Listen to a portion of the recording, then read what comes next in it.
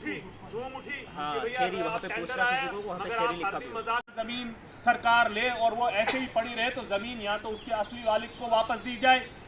अब आपके सामने पहले ही हमने बात रखी कि ये सारी चीजें सरकार को हमें बतानी पड़ेगी।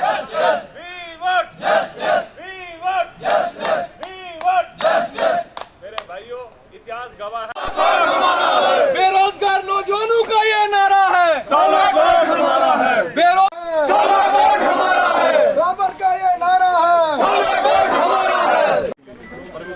लिखित में लिखे ना, एक हफ्ते पहले साहब को लिखित दिया, जब उन्होंने बोला ठीक है तो आप कैसे मतलब करें? अगर आप you are denying Justice, we want justice, we want justice, we want justice, we want justice. Raman का ये नारा है, साला वोट हमारा है, रामन का ये नारा है।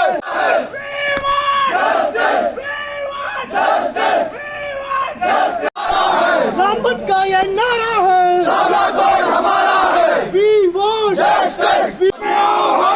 कमल सरकार होश में आओ, होश में आओ, होश में आओ। चूर चूर हो जाएगा। सचिव साहब आए जनाब। सर हमने डीसी ऑफिस में एक हफ्ते पहले परमिशन ली थी, एडमिनिस्ट्रेशन ने बोला था ठीक है सर। अगर आप अननेसेसरी रोक रहे हैं तो हम मजबूर हो जाएंगे। इस बार देखो, आप पर्सनल एजेंडा हमारे खिलाफ चलाते हैं, हर बार चलाते हैं। अगर ये होश में आओ, होश में आओ, होश में आओ। We want justice, we want justice, we want justice. साडा हक, साडा हक। रामन की मजबूरी है, साला वोट जरूरी है। रामन की मजबूरी। इस तरीके से क्यों कर रहे हैं? क्योंकि कल मैं वही परमिशन लेके कोर्ट में जा रहा हूँ।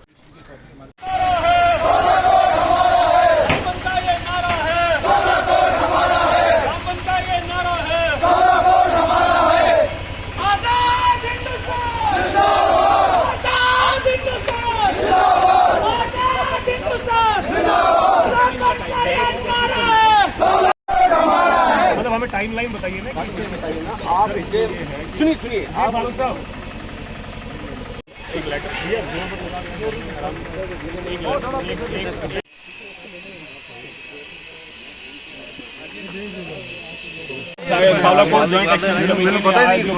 रखी थी। बावजूद इसके कि हमने सरकार से, एडमिनिस्ट्रेशन से एक हफ्ते पहले परमिशन लेने के बाद आज एडमिनिस्ट्रेशन कह रही है कि आपको परमिशन है ही नहीं, रैली नहीं है, बावजूद हमने ये जो प्रोटेस्ट रैली रखी और एक मेमोरेंडम एडमिनिस्ट्रेशन को सबमिट किया। मेमोरेंडम की बहुत सिंपल सी डिमांड्स है। पहली डिमांड ये है कि जो एक लेटर वायरल हो रहा है सोशल मीडिया पे कि जो all weather road connectivity via Udhampur होनी चाहिए डॉक्टर जितेंद्र सिंह की, क्या वो सही है? अगर सही है तो रामन के लोगों के साथ ज्यादती क्यों हो रही है?